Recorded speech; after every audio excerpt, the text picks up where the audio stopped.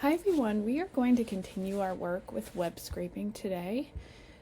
We will do this by working with some static HTML content to practice creating practical functions that can extract useful information from a web page.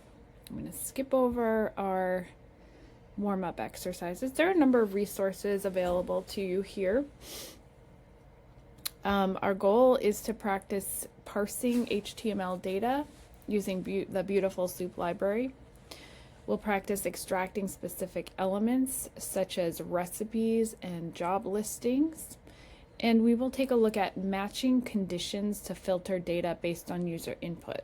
So this is going to be very relevant, and you can probably think of a number of applications where you want to search for information and find out if the content that you're searching contains something specific to some kind of target or goal that you have in mind. And the example we'll look at first is extracting recipes that match certain ingredients. So imagine that you have some ingredients in your kitchen and you're not sure what you can make with them. Well, you could supply those ingredients as an input to a program and then see what recipes are possible given those ingredients. So it sounds like a pretty cool idea, right? So here we're going to switch gears a little bit from what we've been doing. We've been using the requests library to directly extract content from a web page. This is really hard to do continuously because web pages change all the time. So here we have some HTML source code, and we're going to use this for our exercises. So take a look at the source code. We see element tags, and we see some text that we can imagine would be displayed on a web page, right? We have learned to leverage the tag and class combinations in order to extract specific information from some HTML content. So for example, P is an example of an HTML element tag, short for paragraph, and then here's an example of a class. And I'll remind you, classes are used by web developers to apply consistent styling to the look of a page. And we leverage this in order to find specific content on a web page. Okay, so I will run this to define the content.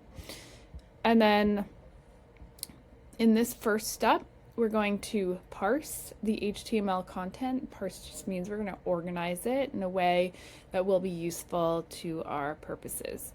So we import the Beautiful Soup library from BS4.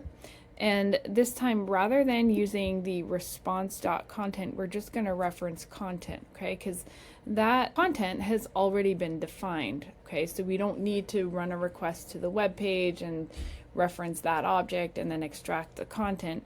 We're just going to organize that content using the Beautiful Soup library. So this will give us a string that represents the HTML structure of the web page, making it navigable. Okay.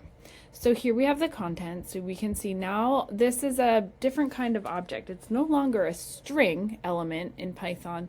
It's called a Beautiful Soup object. Okay.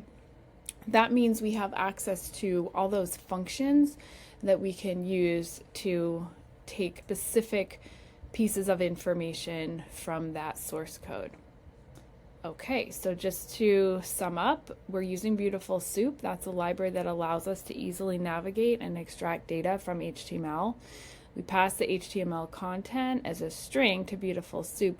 That parses it as a tree structure. And the response page that we created is an object that now contains the entire HTML structure. And it is now in a form that we can manipulate.